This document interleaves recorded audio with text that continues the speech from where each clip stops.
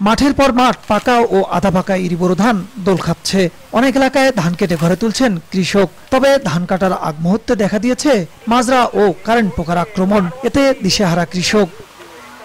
গাইবান্ধা সদর উপজেলার খোলাহাটি, কুপতলা, বল্লমঝাড় ইউনিয়ন ছাড়াও জেলার বিভিন্ন এলাকায় পোকার আক্রমণে শুকিয়ে বিবর্ণ হয়ে মারা যাচ্ছে ধান গাছ। একাধিকবার ওষুধ স্প্রে করেও মিলছে না সমাধান।